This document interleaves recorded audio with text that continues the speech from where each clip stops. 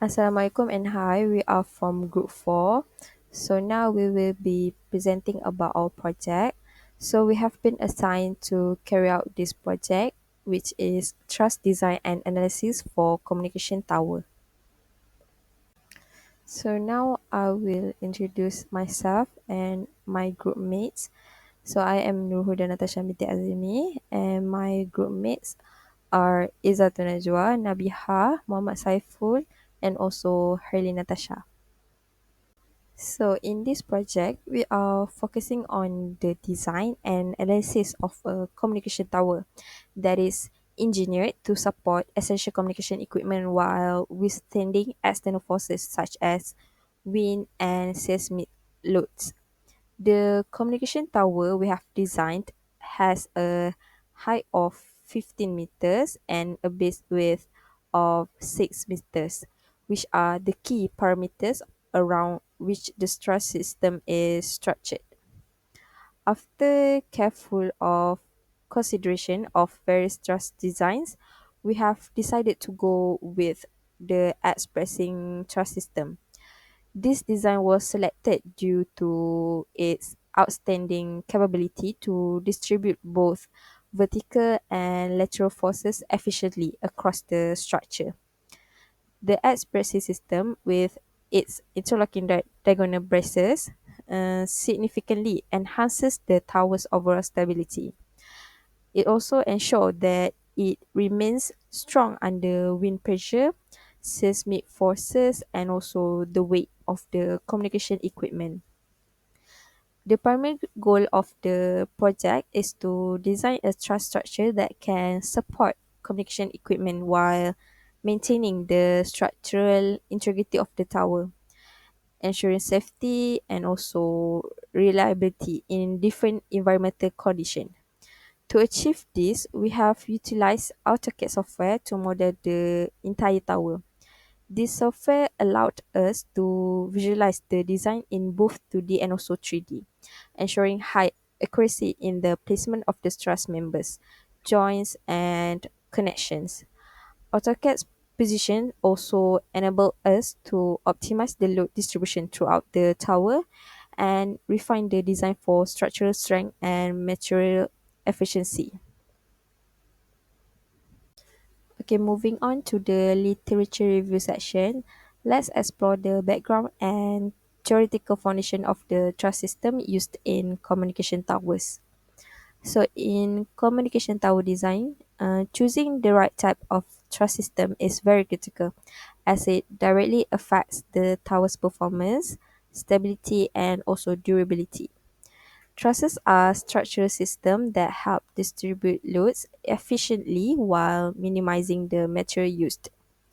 For communication towers, there are several commonly used truss systems, including K bracing, V bracing, X bracing, and also Y bracing, each offering unique advantages depending on the specific needs of the tower. So, K bracing is widely used due to its simplicity and effectiveness in providing lateral support. It uses a K-shaped bracing configuration that provides good resistance against lateral forces such as wind, while also being relatively easy to construct with low material requirements. However, V bracing is more suitable when there are space limitations as the braces form a V shape, providing compact support while maintaining structural integrity. The X bracing system, which we have selected for this project, provides exceptional stability, especially under lateral and vertical loads. This design is particularly useful for taller combination towers that are exposed to higher levels of wind and seismic activity. The X-shaped braces cross each other at the center of the tower, forming a rigid framework that enhances the tower's ability to distribute horizontal and vertical forces evenly, making it a highly reliable and stable option. This is why we choose X-bracing for our design. It offers superior strength without excessive material use, which makes it both cost effective and efficient in terms of the construction. Additionally, Y bracing is a hybrid design that combines the benefits of both K and V bracing, forming a Y shape. It is particularly useful for communication towers in urban environments where space is very limited, offering a compact solution while maintaining stability. The selection of the truss system depends on several factors such as tower height, location, environmental stresses, and cost efficiency. Our design decisions, especially the choice of expressing, were made after considering all these factors. Expressing ensures that the tower is highly resistant to wind forces, earthquakes, and other environmental loads, providing a very durable and stable structure. In summary, the express system has proven to be the best choice for ensuring the tower remains safe, strong, and reliable, especially considering the expected dynamic loads. This design choice reflects the need for a balance between structural integrity and material economy while accounting for wind, seismic, and other environmental conditions. Assalamualaikum and hi, my name is Nabiha binti Zubatul Wahab. My metric number is TN240012. Today, I will present about how to figure out the force inside the bar of structure called truss. Our main goal is to find out if each bar is being tension or compression because this is super important to design strong and safe structure. We doing this by using method of joint. It's like looking at each connect point or joint one by one and making sure all the force there are perfectly balanced. We always begin to find a joint that easy to solve, meaning it only have two unknown force connect into it. Why two? Because we have two simple rules that we can use to balance force. First is force being left must equal to force going right, horizontal balance. Force going up must equal to force going down, vertical balance. For the thrust, we will start our calculation at joint D. First, let's balance the force going to sideway, horizontal force. We write this as Fx equal to 0.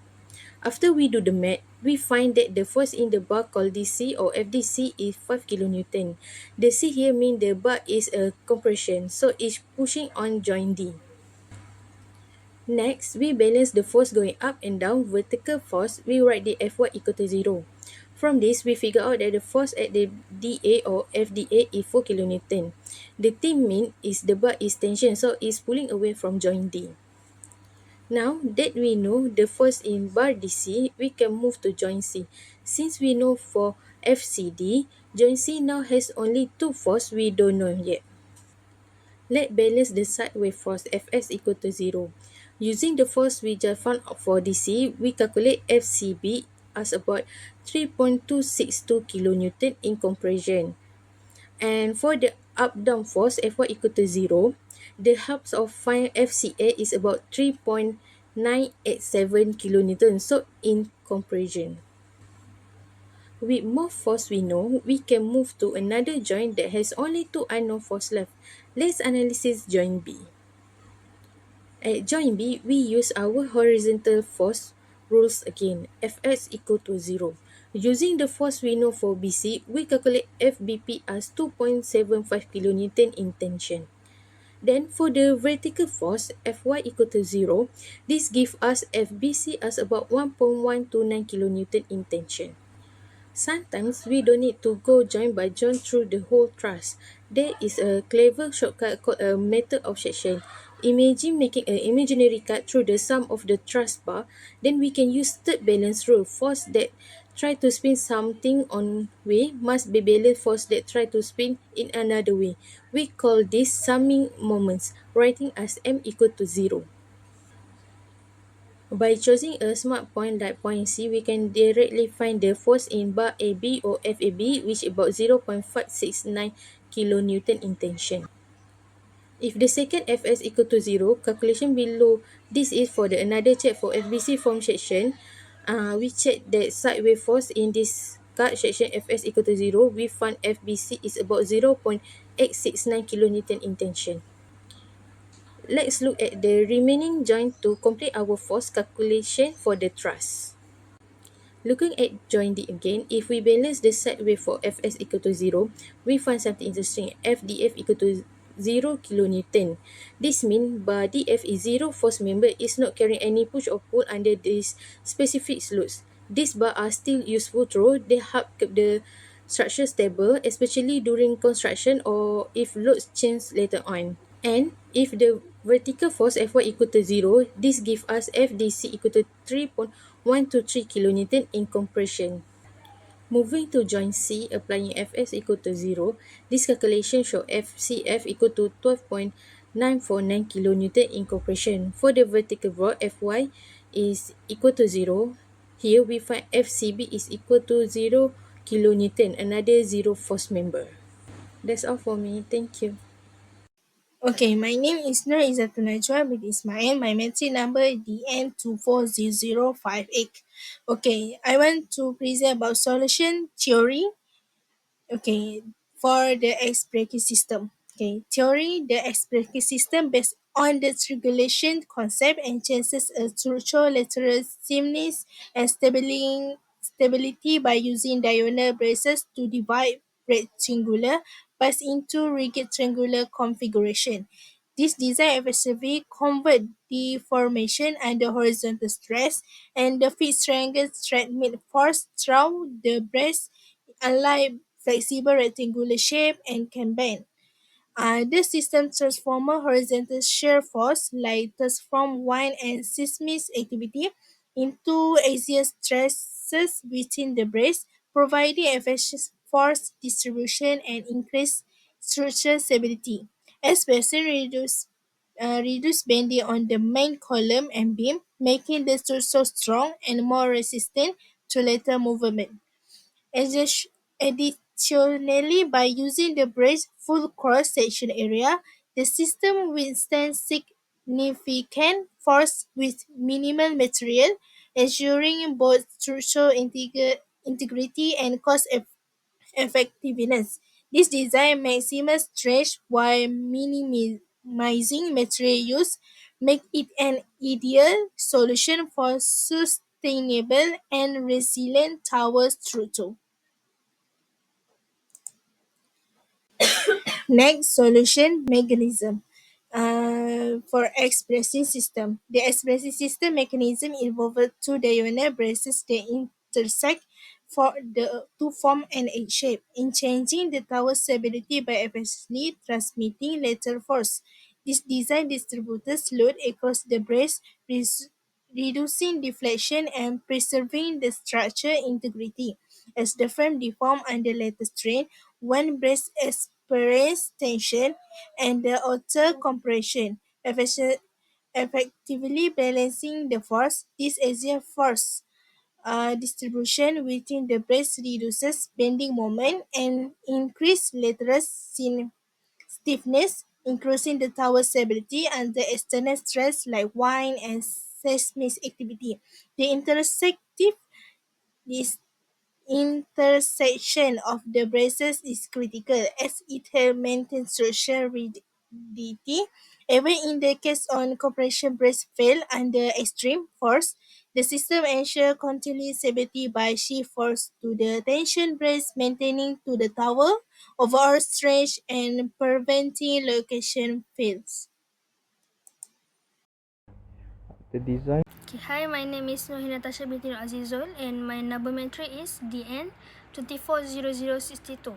So I will continue my part, which is conclusion. To conclude, we have successfully designed a 15-meter height communication tower with a 6-meter base using suitable truss structure. The design was created and analyzed using software to meet all dimensional and structure requirements. We calculate the internal force in each truss member using methods like the method of joints and method of section to ensure the structure can safely carry the expected load. Additionally, we determine the support reactions by applying the principle of static equilibrium. confirming that the entire structure is stable and well balanced. Overall, the final truss design is safe, efficient and structurally sound for real-world communication tower application. That's all from us, Group 4. Thank you.